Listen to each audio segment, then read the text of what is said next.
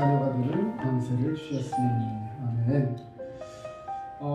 오늘부터 우리 2월달, 이제 3월달 넘어가면서요, 우리 같이 해서 시리즈로 또 설교를 시작하는데, 우리가 새 생명, 우리 교회에서 가장 주의 깊게 다루고 핵심적으로 다뤄야 되는 내용이 뭐냐면, 영혼 구원 받고 영생 소망 가지고 이 세상 살아갈 때 모든 죄 가운데 자유하고 믿음으로 승리하는, 다시 말해 구원받은 성도의 삶을 살아가는 것, 이것이 가장 복되고 중요한 것인 줄로 믿습니다. 그래서 그것을 위해서 우리 새 생명이 어떤 것이고 또 그 새 생명을 통해서 우리가 누려야 될 것이 무엇이며, 그러기에 내려놓아야 될 것, 또 하나님 앞에 바로 서야 되는 것은 어떤 부분인지, 이런 부분들을 좀 체계적으로 같이 공부하면서 말씀을 나눴으면 좋겠습니다. 그래서 여러분들 제가 유인물 한 장씩 나눠 드렸어요. 그 이렇게 앞뒤로 있으니까요. 오늘 그거 보시면서 필요하신 분은 거기 제가 이렇게 빈칸, 한국 사람은 빈칸 채우는 걸 참 좋아합니다. 그래서 빈칸 채울 수 있도록 해놨으니까요. 보면서 같이 또 설교 한번 들었으면 좋겠습니다. 오늘 제목을 이렇게 정해봤습니다. 행복의 첫 단추. 한번 따라해볼까요? 행복의 첫 단추.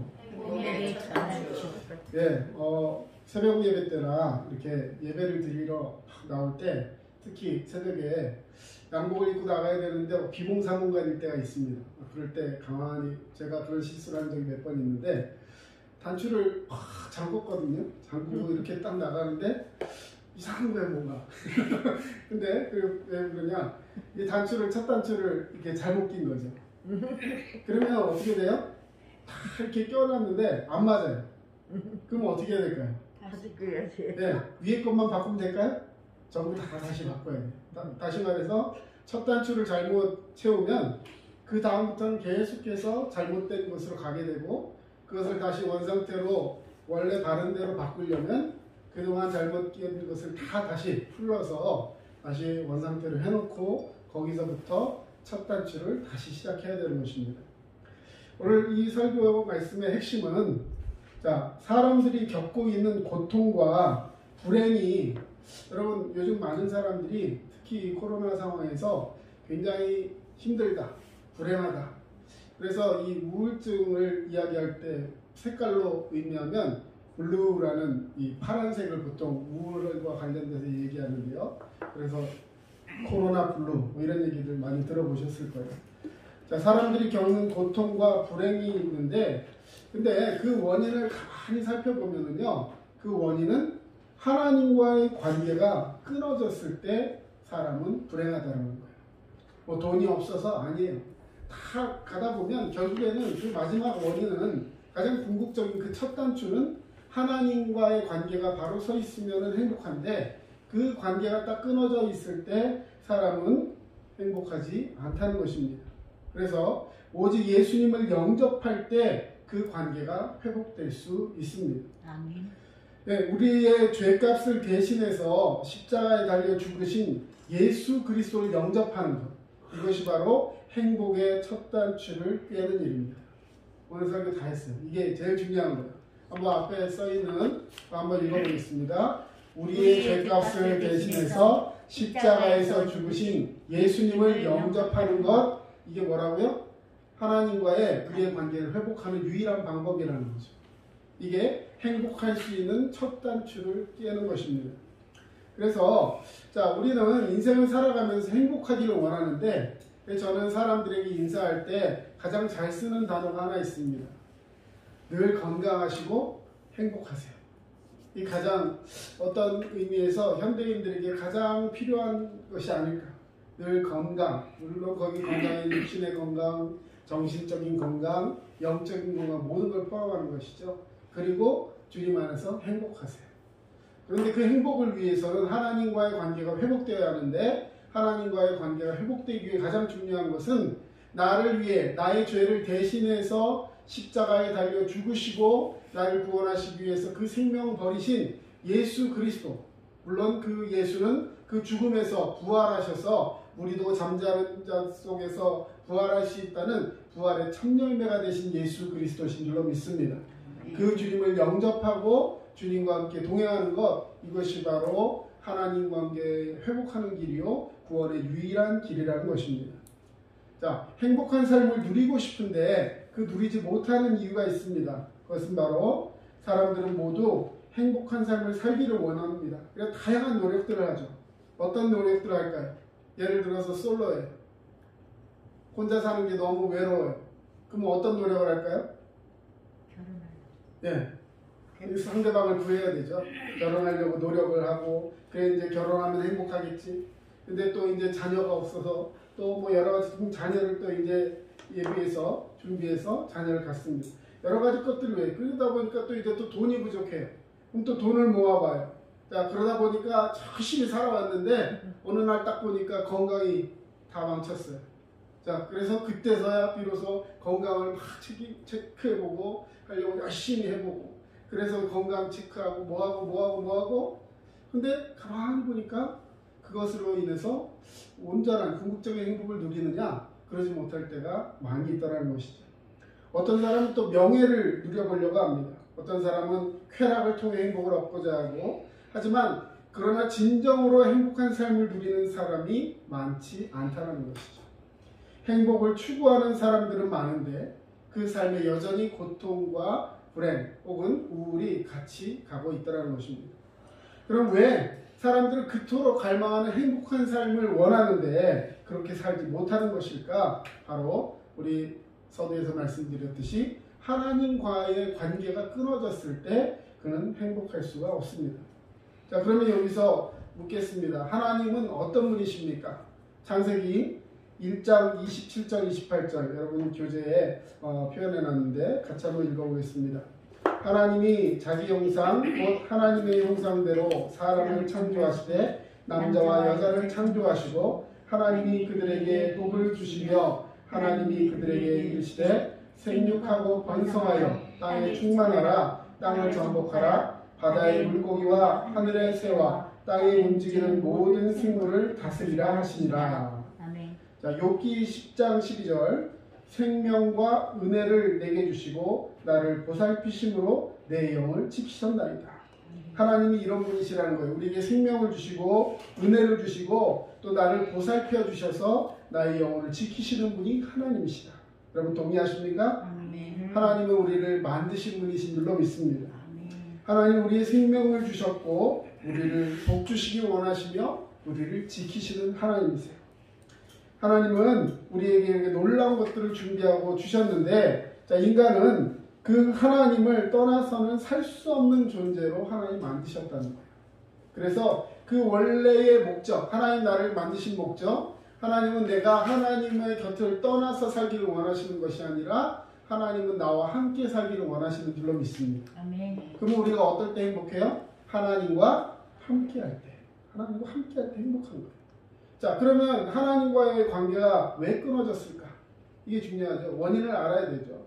이사야서 59장 2절 오직 너희 죄악이 너희와 너희 하나님 사이를 갈라놓았고 너희 죄가 그의 얼굴을 가리어서 너희에게서 듣지 아니시게 함이니라. 뭐가 하나님과의 나 사이를 끊었다고요? 죄가. 죄 때문에. 고린도후서 6장 14절 너희는 믿지 않는 자와 멍에를 함께 매지 말라. 의와 불법이 어찌 함께하며 빛과 어둠이 어찌 사귀겠는가. 이런 표현이 있습니다. 우리가 죄 가운데 있고 불법 가운데 있을 때는 의로 하나님 앞에 나아갈 수 없는 자가 된다는 것입니다. 여러분 하나님과의 관계가 끊어지는 가장 근본적인 이유 거기 줄쳐놨죠. 우리의 무엇 때문에? 죄 때문이라는 거죠. 여러분 자신을 한번 돌아보시길 바랍니다. 자신을 정직하게 한번 돌아보면, 솔직하게 나 자신을 한번 돌아보면 내 안에 죄가 있다는 것을 알게 될 것입니다. 의는 하나님이 우리에게 허락하신 의가 있다면 죄는 하나님과의 우리의 친밀한 관계를 끊어놓습니다. 왜냐하면 하나님은 거룩하신, 거룩하다라는 것은 죄를 멀리 하신다는 거예요. 그래서 하나님은 죄가 있는 곳에 함께하지 않으십니다. 우리 부모님들은, 특히 한국의 부모님들은 자식이 죄를 지어도요 어떻게 해요? 죄를 지어도 감싸요. 그게 어쩔 수 없나 봐요. 그래서 오죽하면 법에도 자식이 죄를 진 것을 신고 안 해도 그것은 법에 저촉이 되지 않아요. 뭐 여러 가지 경우들이 있지만 왜 그러느냐? 현실적으로 그렇게 할 수 없다는 것을 알기 때문에 그래요. 이게 불고지죄라고 하는데 그럼에도 불구하고 자식이기 때문에 어쩔 수 없는 그 부모의 심정을 알고 있어요. 그러나 하나님은 죄인인 우리를 감싸주시는 것이 아니라 죄인인 우리의 죄를 도말하시고 다 죄를 없애시고 의롭게 변화된 우리를 자녀 삼아 주신 줄로 믿습니다. 하나님은 죄인인 우리를 사랑해서 죄를 끌고 다니기를 원하시는 분이 아니라 그 죄까지도 다 도말해 주시고 대신해서 죄에 대한 그 모든 것을 속량 풀어주시고 그리고 나서 우리를 하나님의 자녀로 삼아주신다는 거예요. 자, 그러면 그 죄의 결과는 무엇인가? 여러분, 뿌리가 뽑힌 나무 한번 상상해 보시기 바랍니다. 나무가 있는데, 멋진 나무가 있는데 나무가 뿌리가 뽑혀 있어요. 금방 뽑았습니다. 자, 그러면 그 나무에 열매도 달려있고 이파리도 아주 푸른 이파리가 달려있어요. 나무는 살았어요? 죽었어요? 죽었어. 열매도 맺히고 이파리도 맺히고 전 살아있어요? 자, 그러면 또 하나 예를 들어볼게요. 자, 물고기가 있는데 물고기, 자, 무슨 물고기 예를 한번 들어볼까요? 닥터피쉬. 닥터피쉬. 닥터피쉬를 한번 예를 들어보면 이 발밑에 들어가서 꼬불꼬불하면서 각질도 제거해주고 이게 아주 빠르게 움직이거든요. 자, 근데 그 닥터피쉬가 물을 떠나서 물 밖에 있어요. 막 펄떡펄떡하고 막 살아있으면 힘이 셉니다. 살았어요? 죽었어요? 아직 살아있어요. 아직 살아있어요. 자, 그러면 그 상태로 계속되어 있으면 어떻게 되는 거예요? 맞아요. 자, 한 가지만 더 예를 들어보겠습니다. 산낙지. 맛있어요. 맛있어요. 산낙지는 살았어요? 죽었어요? 살았어요. 다 달라. 답이 다 달라요. 곧 죽으려고. 예. 저번에 어디 식당에 가서 산낙지는 살았어요? 죽었어요? 이거 산 거예요? 죽은 거예요? 물어보니까 그렇게 얘기하더라고요. 탁탁 잘라갖고 죽은 거래. 근데 이 사후, 이 죽어도 이 신경세포 이런 것들이 말하자면 살아있기 때문에 그 탕 치면 그거에 대한 그걸로 이 아직까지 지가 산지 죽은지도 모르고 꿈틀거리는 거라는 거예요. 자, 여러분 무엇을 의미하는 거냐? 나무가 뿌리에서 빠져 있으면, 뿌리가 땅에서 빠져 있으면 그 나무는 살아있는 것 같아 보이지만 그것은 보이는 것일 뿐이고 결국에는 얼마 가지 못해서 죽은 나무가 된다는 거예요. 사실은 이미 죽은 거예요. 물을 떠나 있는 물고기 발딱거리고 헐떡거리고 있을지 몰라도 그것은 이미 죽어가는 과정에 있는 것입니다. 조금만 지나면 죽어요. 산낙지 아무리 꿈틀거리고 있어도 그건 산 것이 아니라는 거예요. 왜? 다시 살릴 수가 없기 때문에. 무엇을 말하는 것입니까? 하나님과의 관계로부터 떠나 있는 생명은 살아있는 것처럼 보일지 몰라도 결과적으로는 죽어가고 있고 죽었고 회복할 수 없는 것이라는 것입니다. 사람도 마찬가지예요. 하나님과의 관계 속에서 떨어져 있는 사람, 지 마음대로 살고 열심히 뭔가 하고 있는 것 같지만 결과적으로는 하나님과의 관계 속에 생명으로부터 끊어졌기 때문에 결과적으로는 그는 죽을 수밖에 없는 인생이 된다는 것입니다. 자, 그러면 하나님과의 관계에서 끊어져 있는 그 인생은 어떤 결과로 치닫게 되느냐? 먼저 1번 하나님의 생명에서 떠나 있게 됩니다. 에베소서 4장 18절 그들의 총명이 어두워지고 그들 가운데 있는 무지함과 그들의 마음이 굳어짐으로 말미암아 하나님의 생명에서 떠나 있도다. 여러분, 하나님은 우리에게 생명을 주시는 하나님이신 줄로 믿습니다. 그 하나님과의 관계가 끊어졌다는 것은 하나님으로부터 더 이상 생명을 얻을 수 없다는 것과 같은 말이죠. 금방 말씀드렸듯이 뿌리가 뽑힌 나무, 물을 떠난 물고기, 자, 잠시 살아있는 것처럼 보이지만 일정 시간이 흐르면 완전히 죽게 돼요. 죽을 뿐만 아니라 그 다음에는 썩어 문드러지고 한 짝에도 쓸모없는 그런 무가치한 그런 모습이 되고 만다는 것입니다. 하나님을 떠난 우리 인간도 바로 그렇습니다. 인간의 죽음의 고통에 찾아오는 까닭은 생명의 근원이신 하나님과의 관계가 끊어졌기 때문입니다. 자, 두 번째 결과는 무엇입니까? 복된 삶을 살지 못하고 고통과 불행을 겪습니다. 야고보서 1장 17절 같이 한번 읽어봅시다. 온갖 좋은 은사와 온전한 선물이 다 위로부터 빛들의 아버지께로부터 내려오나니 그는 변함도 없으시고 회전하는 그림자도 없으시니라. 하나님은 우리에게 생명을 주실 뿐만 아니라 복을 주시는데 그 모든 것이 바로 하나님께로부터 나온다. 여러분 이걸 알고 하나님과 관계가 회복되어야 할 줄로 믿습니다. 자, 세 번째 결과는 뭐냐면 참된 만족을 누리지 못할 것입니다. 하나님과 관계가 끊어지고 나면 우리 삶에 만족이 없어져요. 잠언 27장 20절 스올과 아바도는 만족함이 없고 사람의 눈도 만족함이 없느니라. 여러분 죄된 인간의 특성 중에 하나가 바로 만족이 없는 거예요. 여러분 만족할 수 있어요? 범사에 만족합니까? 참 그렇게 살아야 되는데 사람이요 그런 얘기 있어요. 화장실 들어갈 때 틀리고 나올 때 다르다. 막 들어가기 전에 뭐 화장실이 더럽든지 깨끗하든지 내가 지금 막 너무 급해요. 그러면 진짜 뭐 휴지 없으면 중간에 나뭇잎새기라도 뜯어가지고 어떻게든지 막 빨리 처리를 해야 되는 막 그런 갈급함이 있다. 그러면 화장실이 뭐 수세식이냐 푸세식이냐 이런 거 생각 없이 막 어디든지 들어가서 빨리 해결하고 싶단 말이에요. 근데 이제 딱 그러고 나왔어요.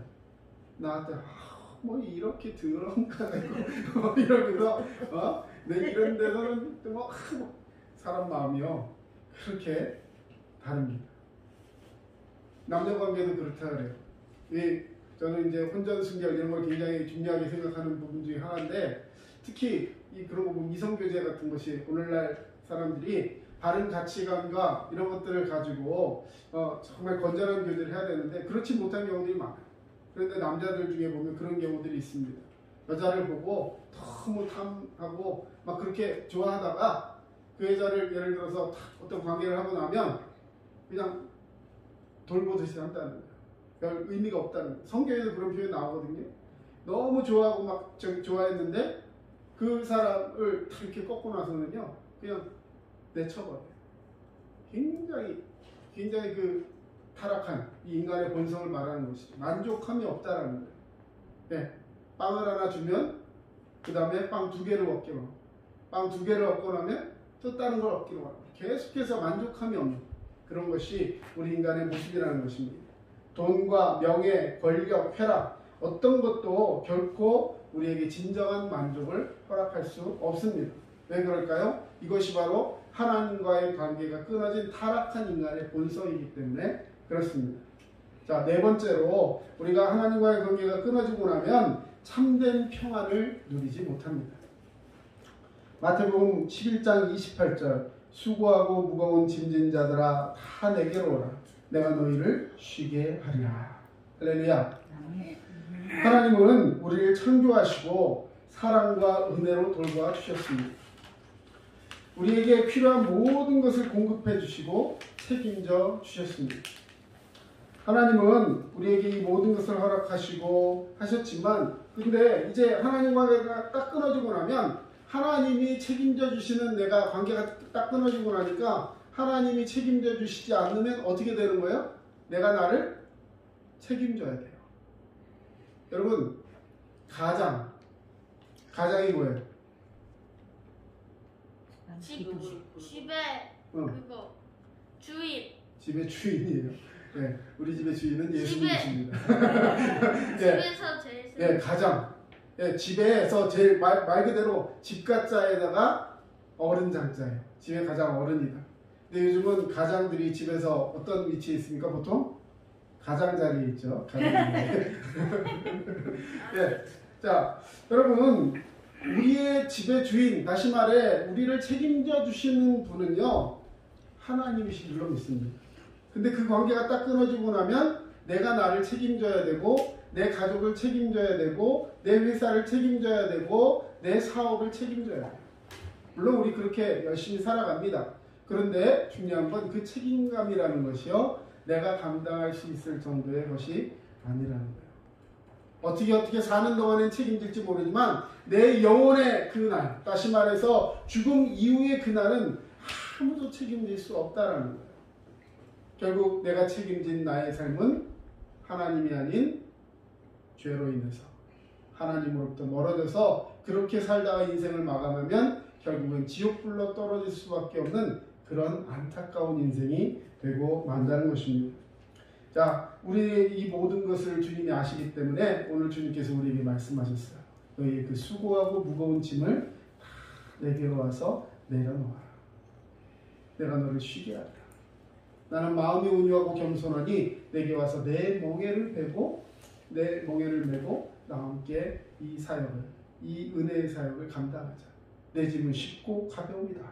성경은 말씀하고 있습니다. 여러분, 모든 것을 스스로 책임져야 하는 인간의 마음속에 두려움과 염려, 근심, 걱정, 불만 이런 것들이 끊이지 않습니다. 그런 오늘 우리에게 하나님께서는 회복되기를 원하시는 줄로 믿습니다.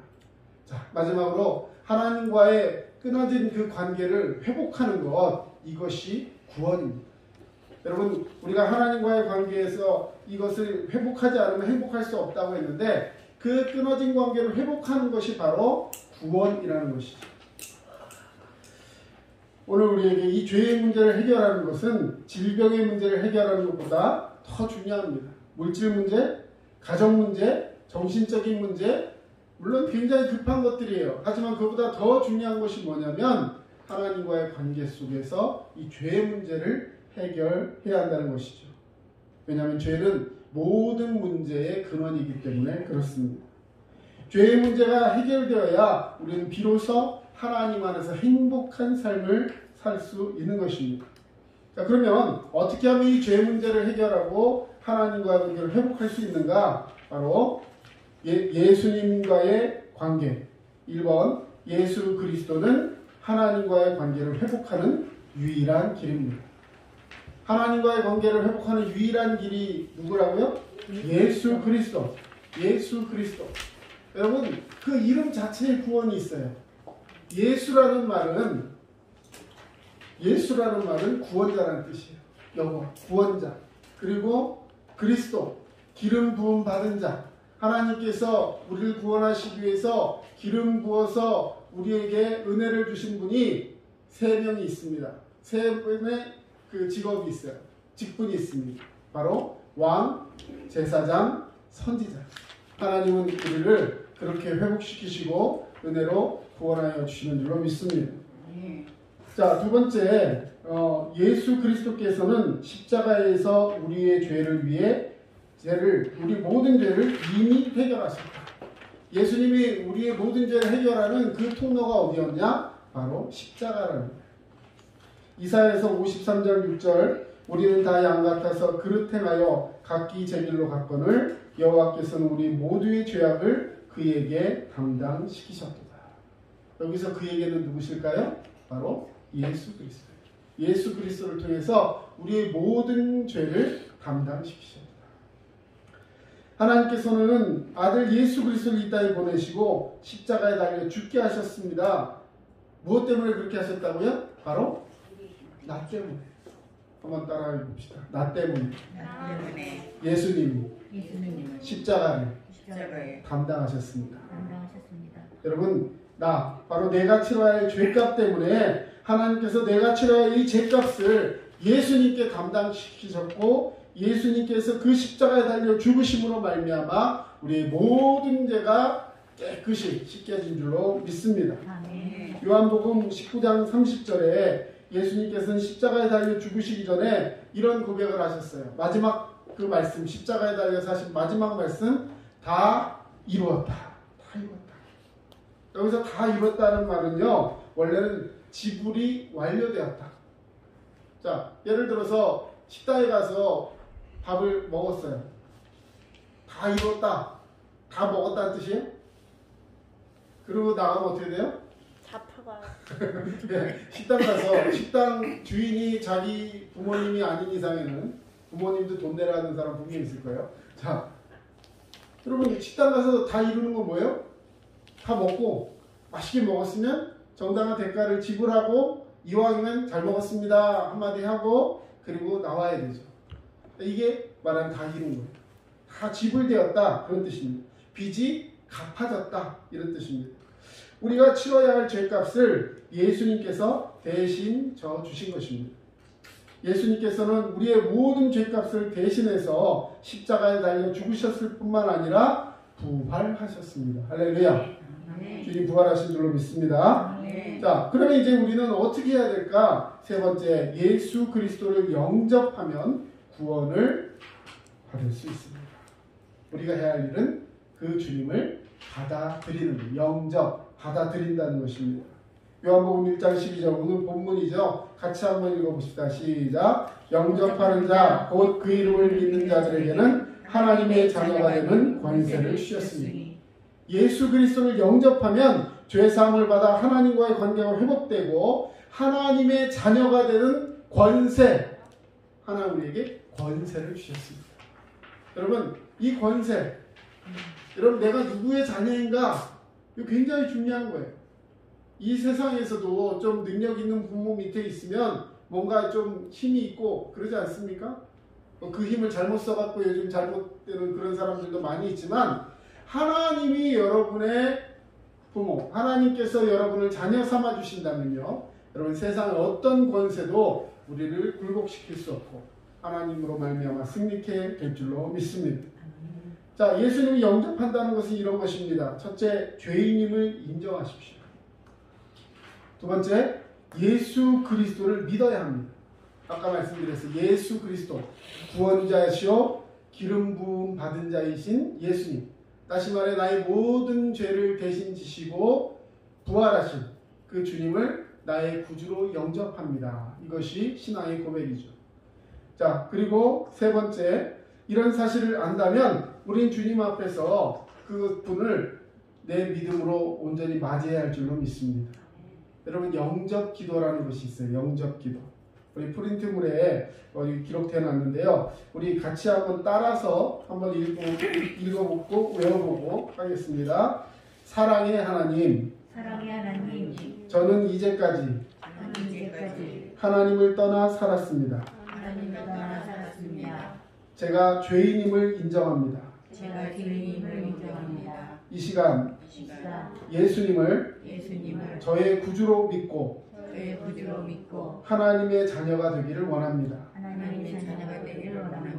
저의 죄를 대신하여 십자가에 죽으시고 부활하신 예수님을 지금 이 시간 저의 구원자요 저의 주님으로 영접합니다.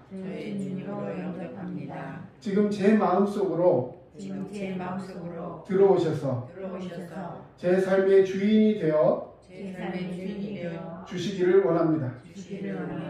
주님께서 영원토록 제 마음에 들어와 계실 것을 믿습니다.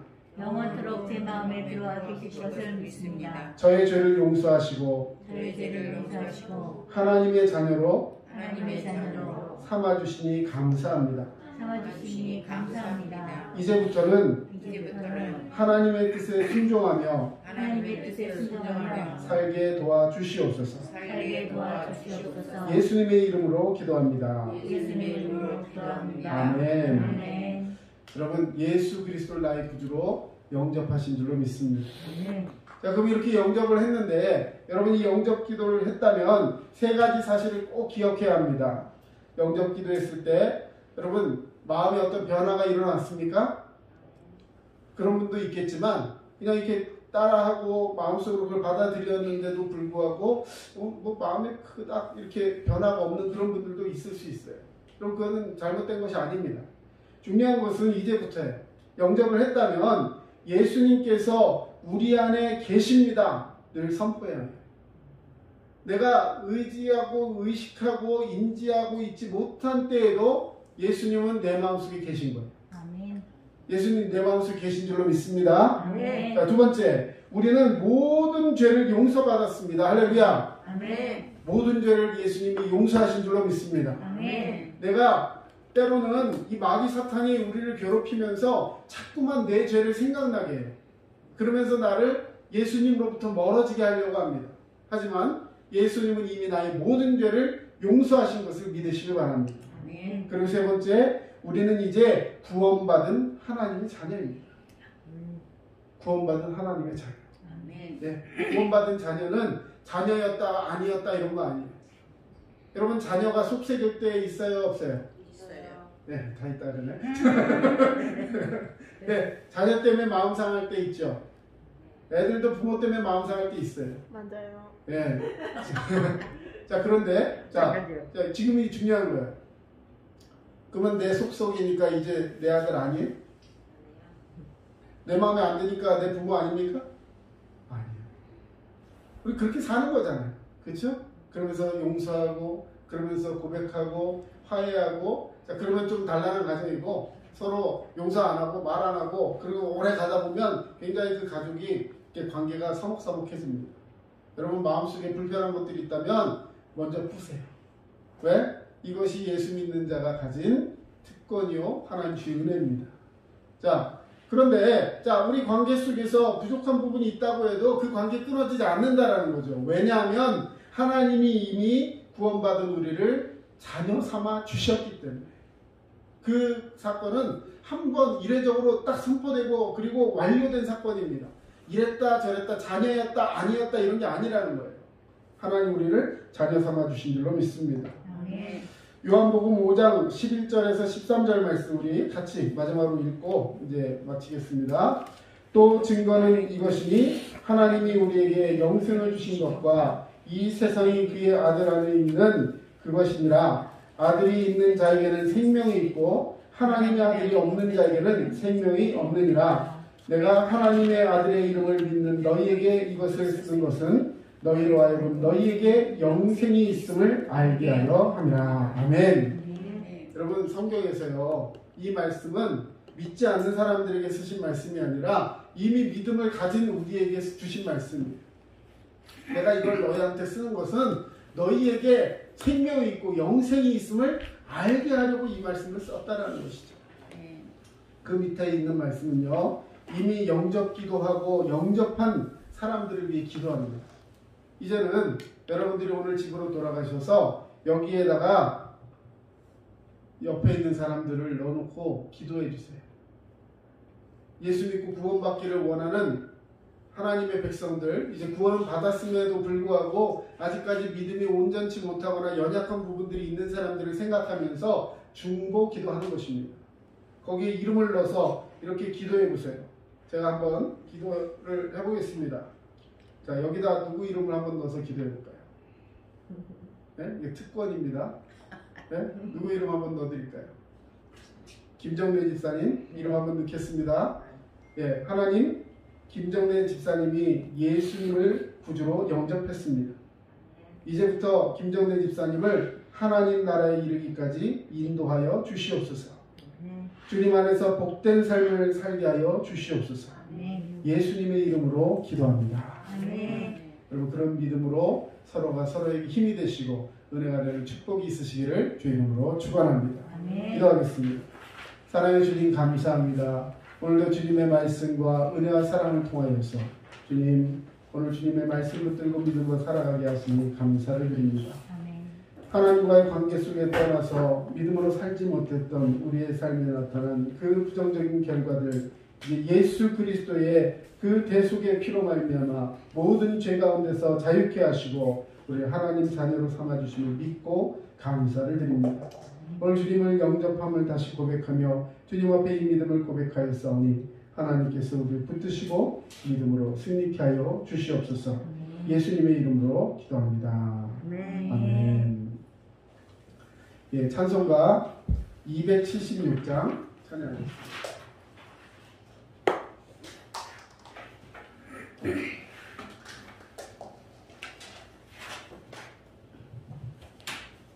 팜플셋은 없죠?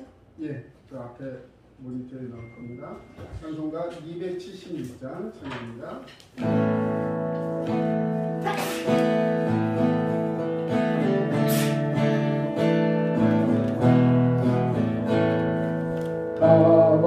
아버지여 이 죄인을 용납하여 주시고 예수님의 이름으로 구원하여 주소서.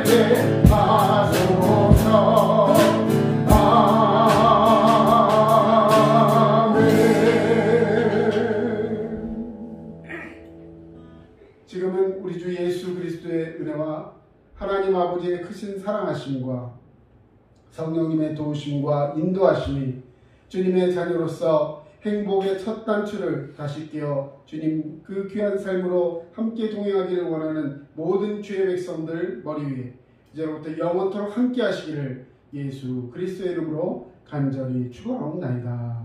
아멘. 아버지 하나님 사랑해 주시옵소서.